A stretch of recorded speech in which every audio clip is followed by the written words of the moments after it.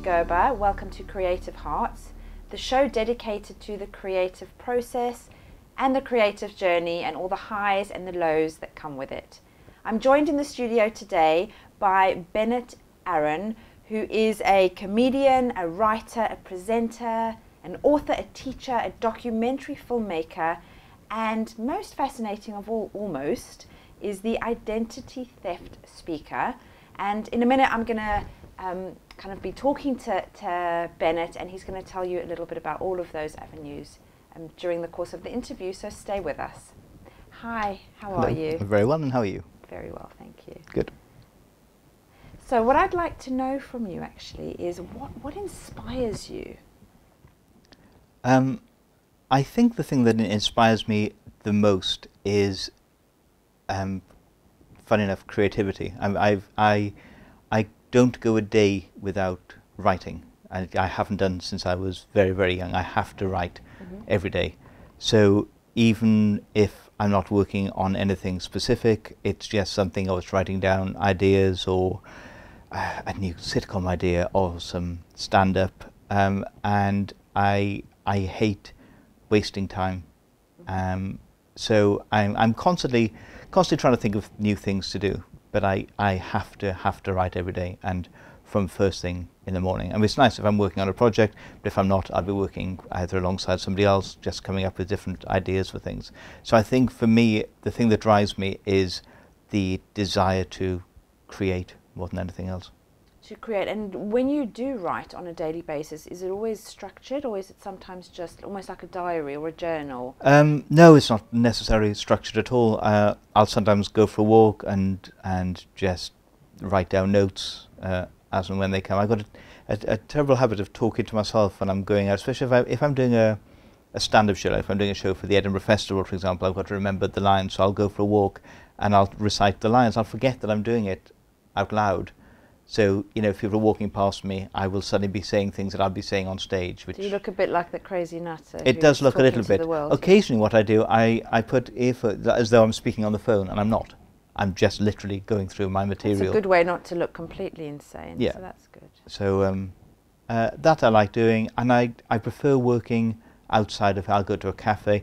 Funny enough, the weirdest thing, the noisier it is, like I'll go to cafes where there are kids running around, because I don't know why, but that sort of white noise in the background helps me to concentrate, which sounds weird, and as I'm saying it, it's sounding weird. But well, no, I think there is a lot in that, because what it does is it forces you to switch off, and tune in to kind of some other absolutely space. It forces you to do. I think that's absolutely right. It does. It forces you to concentrate more. It's kind of almost like if you had no noise, there's like a blank canvas, and obviously your art is in the speaking and is in a way making noise, not in a bad way. Yeah. But you're creating sound, so it makes a lot of sense to be in a space where there is sound, to have to tune out of the sound. Yeah. But it's there in the background. Yeah, I never thought of that. I mean, it's interesting to say about it forcing you to create and forcing you to concentrate. It probably is that. There's probably a, yeah. It's almost like you're plugging into some other frequency when you're doing that, isn't it? Yeah.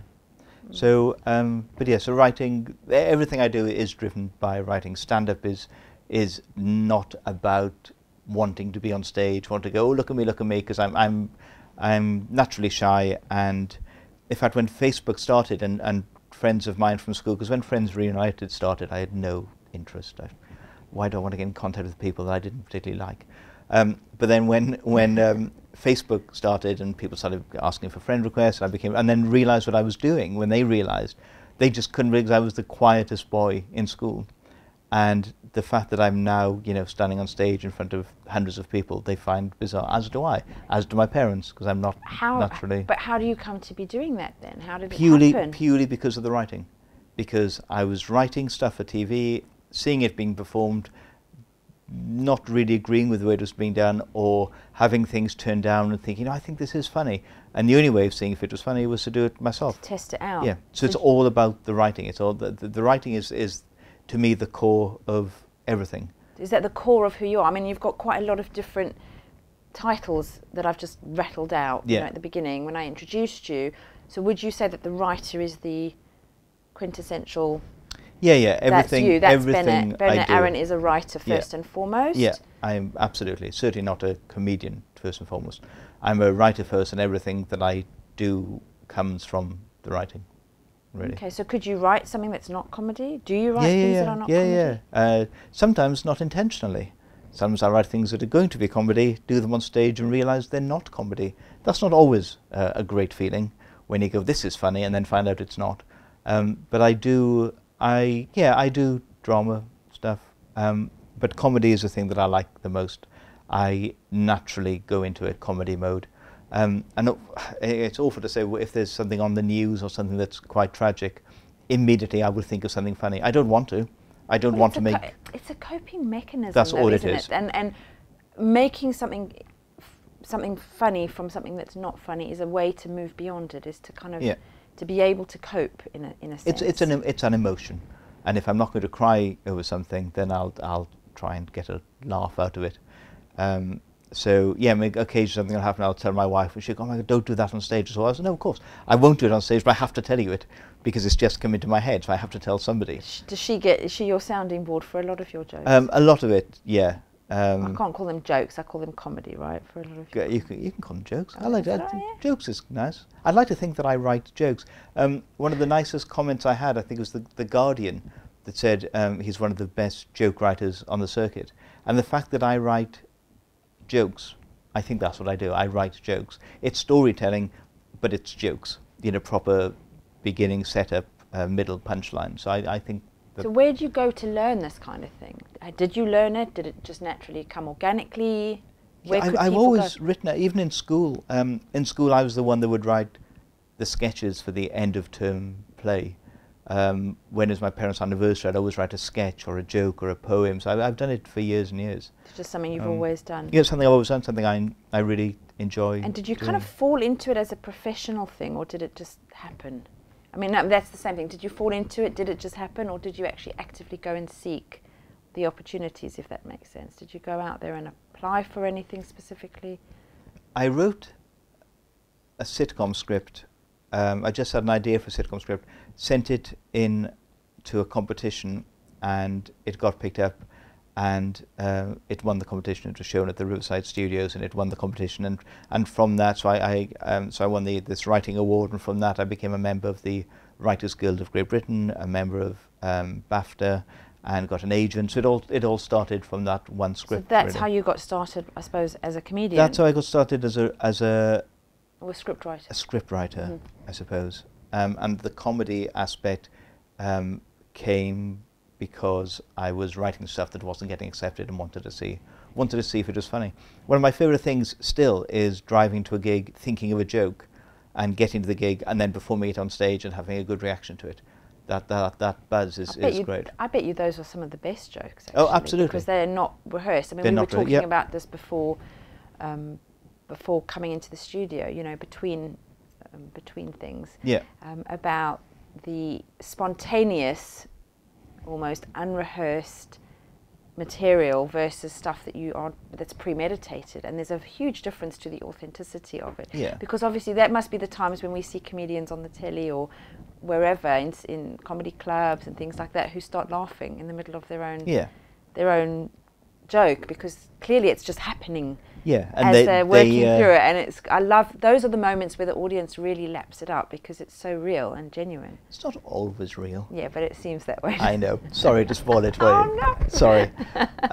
Yeah, I used to do a joke, and so this is going to sound awful after you just said that, but I used to do a joke and pretend that I just thought of it, and then act out the fact that I just thought of it, and the audience go, "Oh, great," but it wasn't true. But it works. I bet you it works. Oh, of course it works. Well, as a child, the best thing about going to see a pantomime was when things went wrong. I just did that. I've never done that in my life.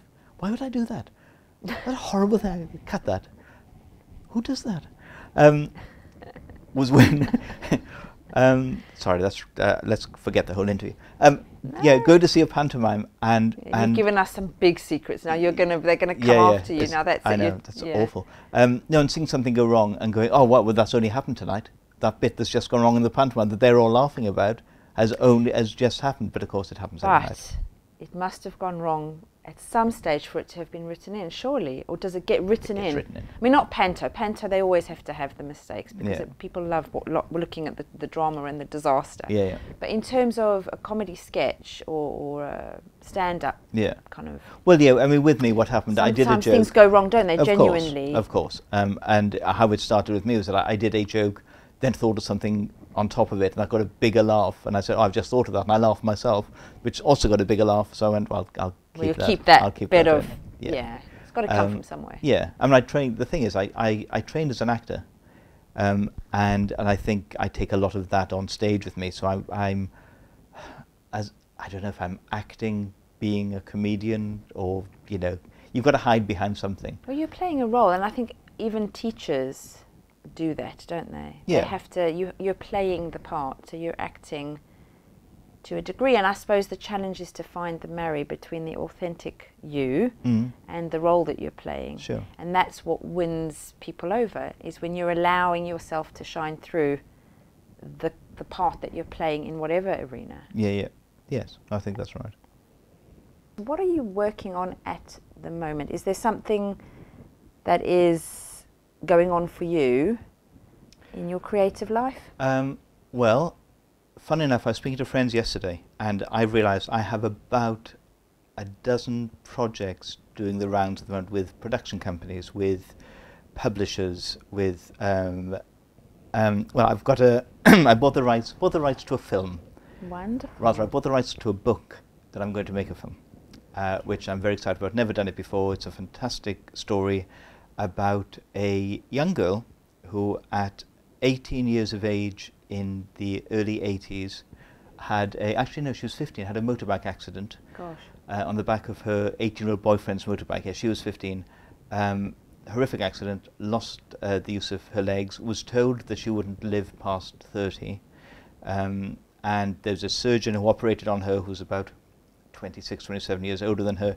He operated on her, and she persevered with training and treatment, and eventually won a bronze medal for Wales in the Olympics, and years and years later set up a charity fund, and had patrons like Rob Brydon, Michael Sheen, myself, all the big names, and then married the surgeon who'd operated on her. Oh, amazing. So that's a plot twist in there for you. Which I loved. And I didn't know anything about it. And the best thing about it, I went to school with her.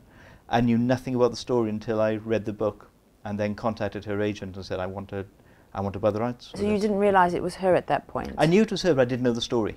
Oh. I knew that she had left school because she'd had an accident. Okay. But I didn't know what had happened. I'd lost contact with her, so I didn't know what happened. She didn't go back to school. She didn't go back to school because the headmaster of the school said he didn't want a disabled child in a wheelchair in the school not to upset the other children. So she had to go to a different school. I knew nothing about this. I remember the headmaster was a nasty piece of work. That's a horrible thing to say. So, yeah, so just an incredible story. So I've written a treatment for the film, and I'm just going on Kickstarter to try and get funding to do post-production, pre-production, write the script and get some interest in it. Fantastic. So that's the thing. One of the things I'm doing. So is that your most exciting project? Yeah, I'm really excited about it. I mean, yeah, I've never bought rights to a book before, so that's really exciting. So I'm doing that. I've just written, literally 2 days ago, finished writing my first ever play. Wonderful. Are we allowed to know what it's about and what it's called? It's based on, I don't know what it's called. I honestly don't. I did have a title. It was called The Stages of a Comedian, but it's a rubbish title. So it's a working title. Is it about the stages of a comedian? Yeah, literally and figuratively, the stages of a comedian. And I've realised it's rubbish because of that, because it's too in your face, the title. It's too obvious, isn't it? It's too obvious. So you want something a bit more tongue-in-cheek. I want something a bit more subtle, because it's actually a drama about stand-up comedy, and it's based on Othello. The drama of comedy. Yeah. Maybe that's the title. Maybe you heard it here. The drama of comedy. Yeah. Yeah. So I've done that, and I'm hoping to take that to next year's Edinburgh Festival. Wonderful. So I want to do a little run of it in London first and see how that goes. So I've just planned a read through in November for that. I've co-written a treatment for a comedy film with my friend Ivor Badil. We've written that together, so that's being sent out at the moment. I have a sitcom script that I wrote with Milton Jones, the comedian, and we've done a showcase of it and went very well. So waiting to hear from broadcasters on you've got that. a lot. There's at the moment there's loads of things. Lots of eggs. Yeah. Or balls in the air, they call it, don't they? Lots of balls. Lots of balls. Balls in the air, and it's quite amazing. Yeah. So there's a few things. And what happens if they all come to land at the same time? I would be delighted, because there's nothing better than having too much work. That's my favourite thing. Over the last couple of months it's been quiet because I've been building up to all this, and that I can't stand. But when I have a lot of work on, I'm very happy. I did a children's sitcom, actually. Was on. I wrote a kids sitcom myself and 4 other writers, which was shown on French and Belgian television over the summer. Sadly, we haven't been paid for it, and the company that produced it has just gone under. I'm sorry to hear that. Yeah, this must be very frustrating. It's announced it's a year and a half work, and it's been broadcast, so it's all a bit rubbish. Oh, so they've already kind of put it out there, and there's not much you can do about it. Very little you can do. So that's gosh, yeah. That's a bit of a blow, isn't it? Yeah. So how did you come back from that? How did that? Well, I think that's why I've been working flat out on these other things, just because that knocked me back a lot. Because apart from losing a year and a half salary, it's a year and a half work that nobody will now ever see. Well, I mean, and it's your work of art, isn't it? It's not just work. It's not just a job. And it's something I was really proud of, because I also wrote music. I wrote songs for it, which I've never done before. Not the music, the lyrics. And I loved that, and that was great. And it's just a shame that now it won't be seen, that the production company's gone under. It's such a shame, because that's your work of art, isn't it? Yeah. So, you know, there's all the work in advance of that goes into it as well. And are you going to be in your play? I mean, that's something that I meant to ask you a second ago before we even moved on. Yeah, I've written it. I've written it so that you're in it. So that I'm in it, and autobiographical. No, not in the slightest. As I said, it's based on Othello, which is my favourite play. So I always wanted to play the part of Iago in Othello, and I don't think I'm going to get the opportunity. So I wrote a similar part for myself. So. Well, if you can't, talk about being a creator, that is the eternal creative spirit that I love, which is finding a solution. We had a guest on one of our other episodes who talks about what creative actually means, what creativity means, and she spoke about it being finding a solution to something. Right. And so, if by that definition you are without doubt a creative, because there is an outcome that you wanted. Yep. There is something that you want to do, and if you can't find a way to it, you create it for yourself. I love it. I think this is why I became a comedian, was because I started off as a writer. I was writing sketches for people like Hale and Pace and Freddie Starr on TV, and I remember watching some of the sketches and thinking, no, I think it's funnier than that. Or the script editor would come back and say, no, I don't like this sketch, or this doesn't work, or this line. I think, no, I think it does. So the reason I became a comedian was to do the lines. And do you do stand-up comedy as well? I do stand-up comedy, yeah. So that was my rationale behind it, was I want to see if I'm right, if these lines are funny. And it wasn't that I and yeah, they were. Right? They were. I mean, I gave myself 3 gigs. They went well, and I got picked up by the BBC to enter a stand-up competition, which I did, and I won all my heats, and eventually I was the runner-up in Edinburgh with Peter Kay. So wow, that's amazing. So you must have really. How did you feel when you got to that? Well, I just thought, yeah, there we go. That's it. I've made it. And did you ever doubt that you would? Did you? I mean, that you were that good? Did you have any self-doubt? Yeah, but I do that before every gig, and I've got 1 this evening. I've got 2 tomorrow, and before each gig, I will doubt whether or not I'm going to be funny. So that's a comedian's problem. I think it's any creator's problem. When you put your art out there, there's always that worry that it's not going to deliver what you hope it will deliver. Yeah. And that's kind of what our show is about with Creative Hearts. It's about that journey and about that process of the highs and the lows, because all that people see on the outside is the finished product and the success. And not a lot of people or artists or creators show the process of getting there, and how sometimes it can be a really tough journey. So that's what we're kind of doing with our show, is to kind of interview creators and artists and and explore that journey so that anybody out there who's watching us can find that inspiration and realize they're not alone and that there are ways to overcome those self-doubts. Yeah, no, sure. Yeah. So what do you do before you go on and you're feeling that doubt? You just have to think to yourself, you know, I've been doing this a long time. I know that these lines are funny, and hopefully, you know, the audience will agree. And you know, you charm them with your smile. And what happened? Have you ever bombed? Have I ever? Yeah. No, of course. Yeah. Have you? Yeah, yeah. I mean, thankfully, not for a while. Although saying that, as you mentioned, it was something something I haven't really spoken about because it only happened recently. I talk about being Jewish on stage. I talk about being Jewish and Welsh because it's an unusual, very unusual. Yeah, it's an unusual mix.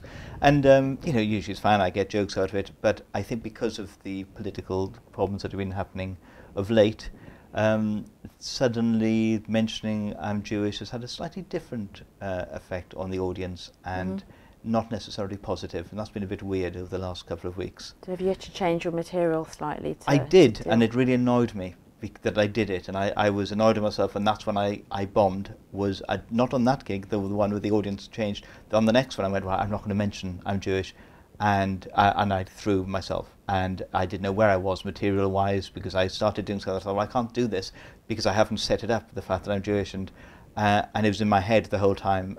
So when I finish, I promised myself I will never do that again, and if the audience don't like it, then that's their problem.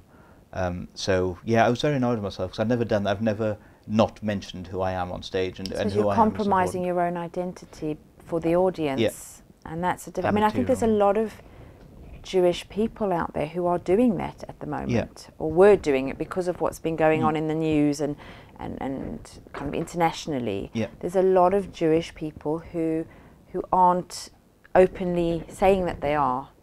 And it's a shame because you feel like you're letting yourself down, and then you're getting up on stage and doing it in front of a room of people. So that may be connected to the bombing of it in a way, to it not working. Yeah, absolutely. Well, it's very funny because a lot of the places that I go to, I mean, a lot of them are sort of quite remote places up north and what have you. And a lot of the time they come up to me and say, well, you're the first Jewish person we've ever met, which I find fascinating because, you know, these are small little towns or small little villages where there aren't any Jewish people for, you know, miles. Well, it's very interesting you say that because I opened a clinic in the local area in Boreham Wood 6 years ago, and we had an osteopath, an amazing osteopath, who came to work from the clinic, and he's from Wales, and he'd only ever met one other Jewish person, which was on his course with him. So he had a whole stereotype of it, which is why when you said you're Welsh and Jewish, or Jewish and Welsh, it was quite an interesting, for me anyway, because I kind of wish I could have introduced you to him in a sense. I was probably the person he met. No, she was on the course with him. Oh, it was on the course. She was on the course okay. with him. Oh, right.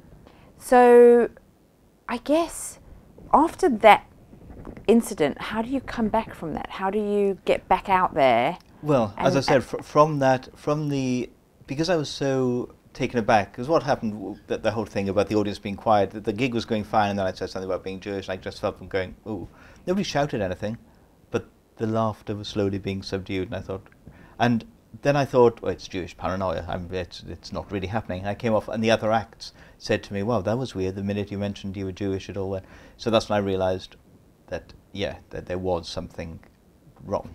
And that's what happened. And then the next gig, as I said, I bombed because I threw myself. So I decided, and I haven't done a gig since that, because it's been the summer and I've been away. I didn't do the Edinburgh Festival this year. I went away with the family on holiday instead. So tonight, I'm doing my first gig since doing that one. Since the one where you admitted the fact that you were Jewish. Have you worked some new material around it so that it fits in with the current climate and the vibe out there? I mean, I've decided that my opening line is going to be, I always say, that I'm both Jewish I have to jump in. You heard it first on Creative Hearts. Go on. I couldn't resist it. That's okay. Yeah, go on. That I'll probably say something like, yes, I'm both Jewish and Welsh, and I'm aware of what's going on in the news at the moment, and that people's attitude has changed towards the Welsh.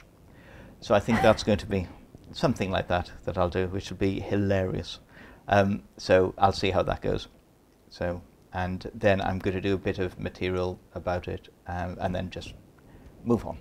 So where do you do your stand-up?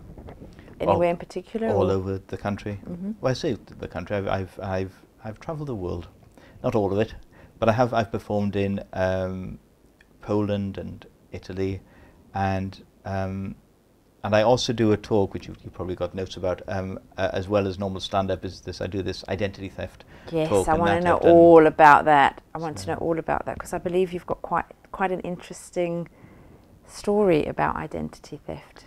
Yeah. Well, not a story really; it's real life. It is real life. Yeah. It's Yeah. should I tell you? Yeah. Oh, okay. Yeah, go on. Yes, because when I say If you're happy to share it, yeah. but I think No, because this show I have done in many places. Well, briefly, what happened? Because I don't want to give away the whole plot, because it's how I make a living. But briefly, what happened years and years ago? Gosh, how many years ago? 16, 17 years ago.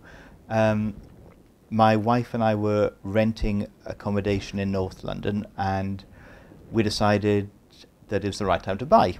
Property prices were quite low, Mm-hmm. and I was doing quite well, writing for TV. So we saw a house, put an offer on the house, got a mortgage sorted, everything was fine, gave Mm-hmm. notice on the flat we were renting, and looked forward to moving into our new home and starting a family. And then I had a letter from the bank saying, "Dear Mr. Arron, we're stopping your mortgage. This is 2 months down the line, because we just discovered your outstanding debts." And I didn't think they meant they were impressed by them. But I looked into it, and suddenly I was in debt. Now, I'd never been in debt. I'd always paid off credit card bills, and I was. So it transpired that somebody had been running up debts in my name for 1.5 years prior to this. I knew nothing about it. They'd just been using my name, and I was thousands and thousands of pounds in debt to credit card companies, banks, shops. I mean, loads and loads of places. Now, the money hadn't come from my account, but it was my name, and it was my address, and it'd given me a 0 credit rating, so I couldn't get credit. Oh gosh.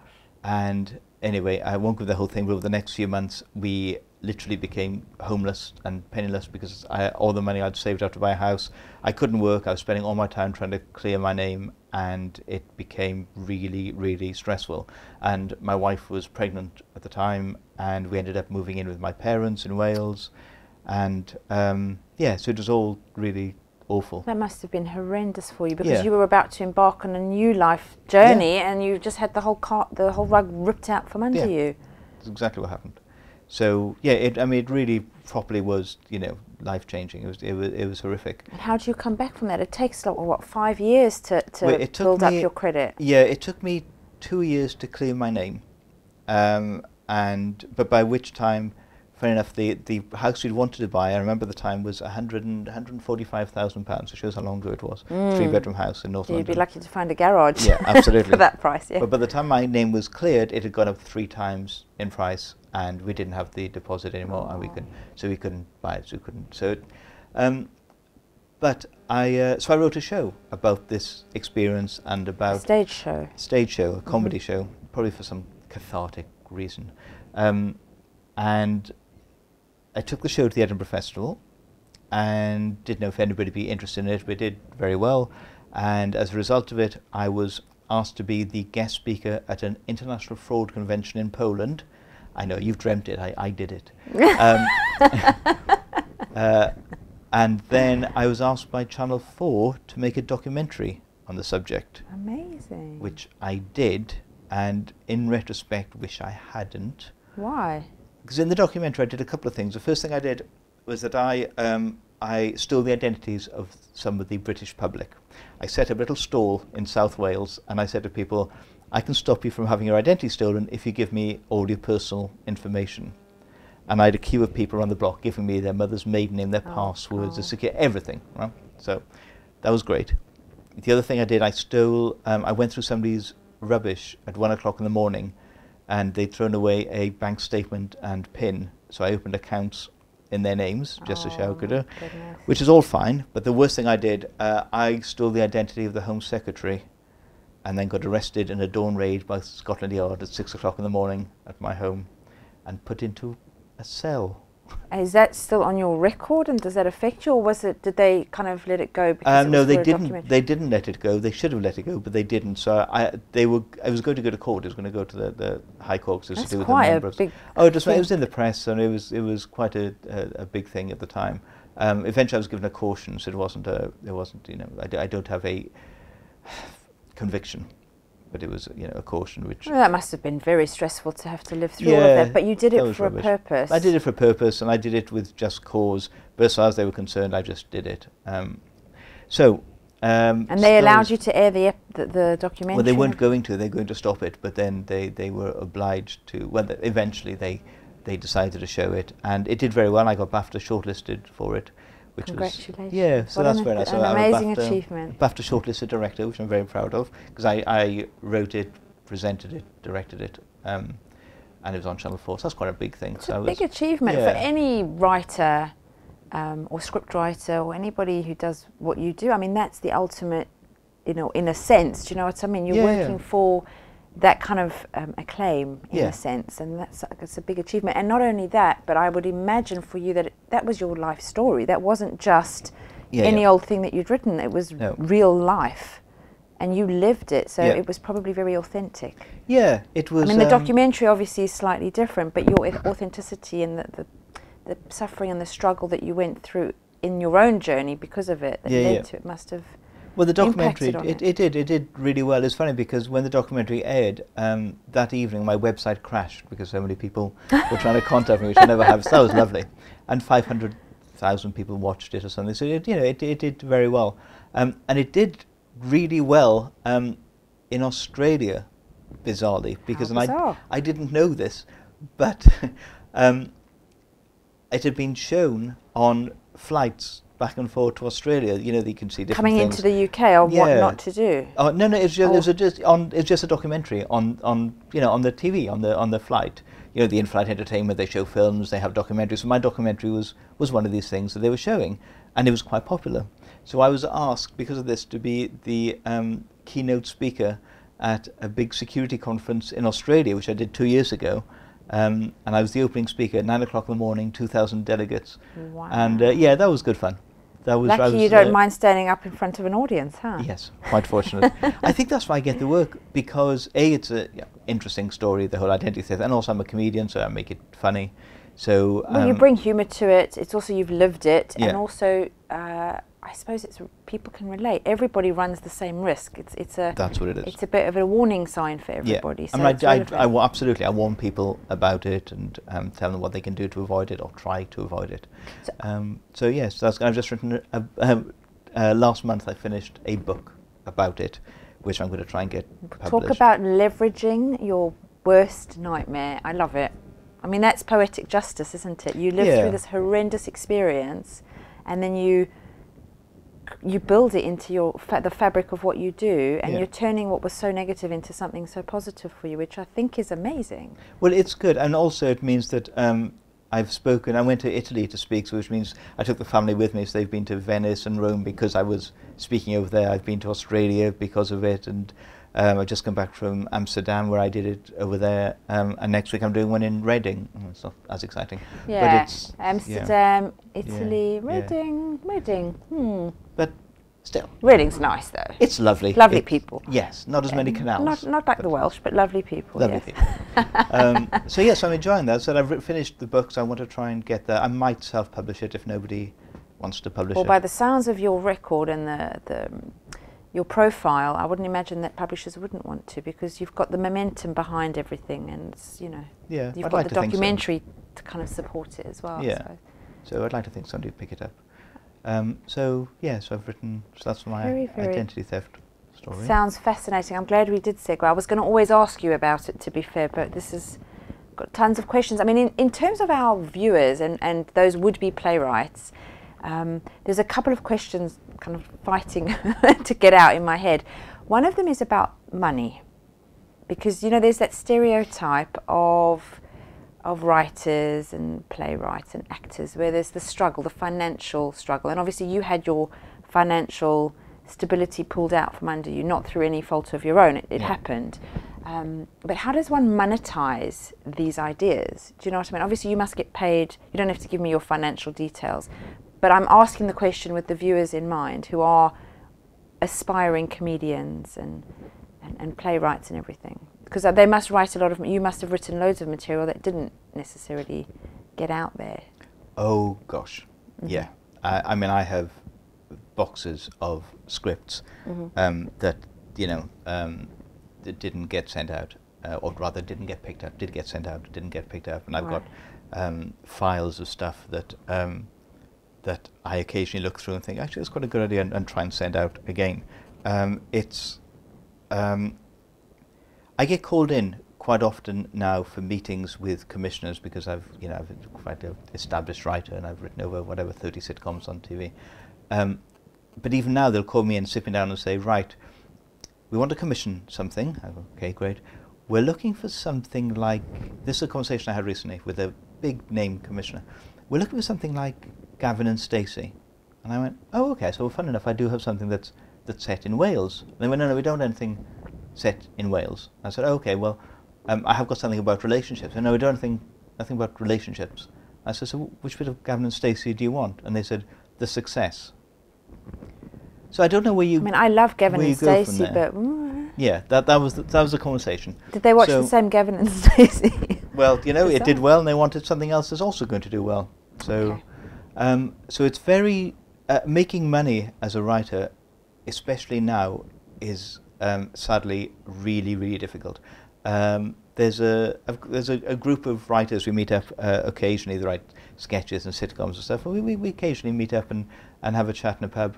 And of late, the last time we did it was really depressing because the lack of work that's happening at the moment is incredible. Mainly down to reality TV, which has stopped creativity as far as I'm concerned. Because I understand why companies do it, because it's cheap, it's easy, and they'll make a lot of money from it. So you understand it, but all it's doing is taking away creativity. Cookery shows. Saturday mornings used to be the thing that kids would watch. Now Saturday mornings are cookery shows, and that's it. So you've got reality shows, cookery shows. It's a real shame that this country used to produce so much high quality comedy and drama, and now the comedy and drama is all coming from the States. Whoever I speak to, what do you watch? And it's all American stuff. Yes, they've got the money to invest on here, but also here broadcasters and producers have become very, very lazy. They don't want to take risks, and they just go, well, that series with those people in it, that reality show, that did well. Let's do another one of those. Yeah, fine. So what is there any advice that you could give to any of our viewers who are thinking of, or who are on the journey or are wanting to go down that journey? Making things yourself has never been easier. So if you haven't, a friend of mine has just done a sitcom online, and it's excellent. Not only because I was in an episode of it, it's very, that helps. It's called The Two Housemates. He's written it. A friend of his filmed it, and he's in it, and it's excellent. And it's the quality. I mean, it's really, really, really good. A little bit of it is on my show reel, and people assume it's from the TV because it looks that good. So it's never been easier to make stuff yourself and to make good, high quality stuff. And in a few years' time, everything is going to be internet based, I think. So is that where you'd recommend people? I think that's what you should do. Also, a lot of commissioners, a lot of producers don't really have vision. I'm quite friendly with Ricky Gervais, and I supported him on some of his tour dates. And I was speaking to him about The Office, and I said, how did it come about? And he told me that he'd sent a script in. He was unknown. He'd sent a script in, they got it about, no, we don't like this. Can't see it, we don't get it. So he filmed a little bit, little teaser, little pilot thing, just a close-up of him being the character, David Brent, and doing it, sent in there. Oh, that's brilliant. So people can't always, that's I think really valuable to kind of bring up, and that you mentioned it, thank you. It's a great avenue, is that people who, the decision makers and the business, the people who are in the business of it don't always see or have that vision, and if you can show it to them, then that kind of brings it to life, doesn't it? Yeah, people don't, and I think it's because people are just now used to seeing things. The internet has made us really, really lazy. Because whereas before you go, oh, imagine this, we don't have to now. Imagine, oh, there we go, I'll type that, oh, there we go, I don't have to imagine it, because there it is. The thing that I used to imagine, I can now see. So people are so used to that now that if you show them something written down, they can't see it. They have to, they can't visualize it. So you have to literally go, it's this. Here it is in front of you, this is what it's going to look like. And they go, okay, fine. So we've spoken or touched on a bit of your lows. Your identity being stolen must have been a major low, and your scripts, not being received all that well. And yet you've come shining through and you keep fighting on. So what's a big high for you in your career, would you say? Having, I think going on stage and having people, making people laugh is a great feeling. I mean, it's the thing that keeps comedians going, obviously, and keeps us in work. But the feeling of knowing that somebody has come out to see you and goes home happier because of you is a very nice feeling. I mean, yeah, I've had, I've success-wise, I've been up and down. I haven't done major TV things. I've never been on Michael McIntyre's Roadshow. I've never done I Got News for You, but that's out of choice. Not mine. No, it wasn't my choice at all. I'd happily do it, but I've not been offered it. Well, but I was going to say the night is young, but we're kind of middle of the afternoon is young. Yeah. So it's not going to happen today. So there are things that I would like to do. There is some TV stuff that I've turned down, things that I just wouldn't be interested in. But there's stuff I've done. I was a presenter on Big Brother's Little Brother once, and that was good fun. Do you enjoy that? Yeah, it was silly. It was fun. I enjoyed doing it. I think the things I enjoy the most. I like teaching. I teach writing workshops. I teach sitcom writing workshops, and I teach film and TV writing workshops, and that I enjoy. I like explaining the process to people. So I do a lot of that. I enjoy acting. I'd like to do a bit more of that because I trained. Although I was kicked out of drama school, so I don't know why. Yes. I'm honing in on that because of the facial expression when you said that. It's only because a story in there. It's only because I rarely talk about these things. I certainly don't talk about it on stage. It was a 3-year drama course, and in the first year, we had an end-of-term production, and the director hated us. Didn't want to be there, didn't want to be in a drama school, hated drama students, wanted to direct at the National Theatre, was doing it as a favour, was doing it for money, and just kept telling us in rehearsal, I don't really want to be here, I'm better than this, right, let's go on and rehearse this stupid play, virtually. So one day before he turned up, we were all chatting about him, all showing how upset and disappointed we were. And I said, look, we should speak to the principal. This is important to us. We're going to have casting directors, agents coming to this show. It's important to us. They said, yeah, well, will you go and speak to her? And I said, fine. So I went into her office, explained the situation. She said, oh, I didn't know this. Came into the rehearsal room with me and said, look, Bennett's just told me this. Do you all feel the same way? And they all went, no. So she looked at me and I said, I said, I'm sorry, I've obviously made a mistake. So she was quite annoyed and she left. I threw you under the bus, basically. Yeah. So she went back and they all turned round to me and went, look, we're really sorry, we didn't want to make a fuss. And I said, okay, you've made me look really stupid. And they went, oh, we're really sorry. I went, okay. So on the opening night of the play, in front of all these directors and the staff and casting directors and agents, I changed all my lines. And I turned the play Murder in the Cathedral into a comedy.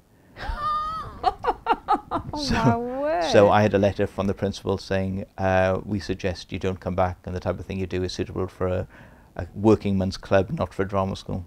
Oh my goodness, but look at you, and I wonder where your fellow students are today, because there's a lot of actors that don't accomplish what you've accomplished. Yeah, as I said, I'd like to do a bit more. My daughter wants to be an actress, and I've tried my hardest to persuade her against it, but she wants to do it and does want to do it since she was very, very young. So I said to her, do your exams and then I will look to get you. I said, no, I won't do anything until you do your exams, and then we will look to try and get you an agent and work and stuff. So she's happy with that. and so far, thank God, she's doing very well. At So school. How old is that's she? good. She's 15. Okay. Yeah, so I got a 15-year-old and an GCSEs. 11-year-old. Just doing GCSEs now. Oh, that's tough. Yeah, well, she's doing drama, obviously, and English, and then things that she isn't so keen on. Well, that's life, isn't it? Yeah. Unfortunately, you've got the day-to-day stuff that you do have to face, and then there's the passion and the creative part of ourselves. I guess if you were to speak to our viewers, any aspiring or would-be comedians, is there a circuit that they should consider doing before they get started? Is there a path that you would recommend to them, in your opinion? First of all, the competition now is incredible. I mean, it really wasn't when I started, but now people look upon comedy as a career, whereas I did it. If you're lucky, you'd make a success of it, but it was never, here's my career plan. I've got a path that I'm going to do. The first person I ever met, actually, who had an absolute plan for his career was Jimmy Carr. And I remember working with him, and he said, this is what I'm going to do. And he'd planned, he said, I'm going to do these gigs, I'm going to do a show in Edinburgh, I'm going to do this, I'm going to do, and he had it all planned, he's followed it to the letter. And he's done it. Well, they do say, I mean, as from a coach's perspective, a life coach or career coach, you would have those goals. Yeah. Because then how do you know whether how do you feel successful if you haven't got something to work towards, I suppose, is the thinking behind it. But Yours grew yeah. and shifted organically, Yeah. did it? Well, I'd never set Your out career. to be a comedian as a career. It just sort of happened. So what would you say to them, these youngsters? I would say write 5 to 10 minutes of material that isn't copying somebody else, because there are so many comedians I see that you can see they've just gone, oh, I like what so-and-so's doing, I'll do exactly, the same thing. So Be original, be original, yeah. be yourself, unless you're being a character. Even if you're being a character, be true to that character. Write 5 to 10 minutes of material, and then call up the clubs, and a lot of them do open spot evenings. Clubs is in comedy clubs. Comedy clubs. Like there's one the majority of us started is the King's Head in Crouch End. On a Thursday evening, they have an evening for open spots, and friends and family go along and see people, see them do it. I would recommend that. It's a very good testing ground. It's the first time I did. Actually, it's not the first place I did. Should I tell you the first gig I ever did? Yes. You'll find this odd. The first, I was asked to go and speak at a synagogue in South Wales. I was living in London. They said, look, we've got a big anniversary. Will you come down and speak? I'd never done stand-up, but I'd written 5 minutes of material, and I thought, this is perfect. I know a lot of the people there. I'll go down, I'll do the stand-up. So I caught the train on a Sunday. The train arrived late. As I arrived, they said, you're on now. So I went up, and I did this 5 minutes of stand-up to silence. Nothing. I think maybe one cough. Nothing. So I came off thinking, well, that's it. Who am I kidding? I'm never going to make it as a stand-up. And then the chairman who booked me came over and said, look, I'm really sorry. We didn't know you were going to do comedy. We thought you were going to talk about living in London and writing. I'd actually gone on stage between a Holocaust survivor and the chief rabbi. My goodness me. So I thought, do you know what? They were probably just shocked. Yes. Well, I thought no gig is ever going to be as bad as that, so I might as well carry on. So far. I'm going to grab hold of that story and just say to everybody that's watching that is a perfect way to start. Although it seems like it's not, that means that you'll never feel like you haven't done okay. Well, where can you go? How can a room of silence? I mean, it doesn't where get can you worse go than that. That's right. You can only do better. Well, well done you for going forward with it, because that would have put a lot of people off. Yeah. But I suppose when you realise what you sandwiched in between, there was no hope, really. There was nowhere. I wasn't going to win that. So another tip would be to check your brief. Yeah. Yeah. Make sure that when you're getting up for what you think you're getting up for. Yeah. Contact the comedy clubs and make sure you're not going on after a Holocaust survivor is my main tip. Good. Valuable tips. Yeah. We aim to bring the best, up to date, most useful feedback. So I'm here to help. Lovely. It's been so wonderful to have you here. Thank you. Are you working on anything at the moment that you'd like to shout about? As I said, I'm running these workshops, these sitcom writing and film writing workshops. So if people are interested in that, I think there might be a link on the website that they can find out about that. Do you know the link yourself, or? Where are they being held at least? They're being held in this very room in which we're speaking. Okay, 21st Century Studios. 21st Century Studios, thank you Lovely. for the Yeah. push. So that's where they're being held. So if they look up 21st Century Studios, my courses are on there, and it's a 1 or 2 day course. And it's for people who have ideas or who want just starting off in the first step, want to develop things they're doing, just want to learn about writing. So I think they're very worthwhile, even though I'm biased. Well, yeah, but I mean, even for me who's not doing them and has no interest, I think it's an amazing way to get started. If anybody's grappling with or considering going down that avenue, to be mentored and coached and taught by somebody with your level of experience, I think is invaluable. And if nothing else, I bet they'll have a laugh over the day or two. Yeah, right? I bet you give them a good time. They'll probably have a lot of fun. It's good fun, and we so far all the ones that have done it have enjoyed it and been very nice feedback. So so I'm doing those, and apart from that, I'm hoping to publish books and get a film made. Well, I would like to extend an invitation to you to come back when you have published your book, and we can talk about that. We can go through that creative process, because again, that's part of what we're trying to do here, is share the journey and the process with our viewers. So you'll have your author's experience to bring to the table, and we'd love to have you back again. Okay, thank you very much indeed. Thank you. Happy to come back. You've been watching Creative Hearts. I hope you've enjoyed this week's episode, and look forward to seeing you back next time. Take care.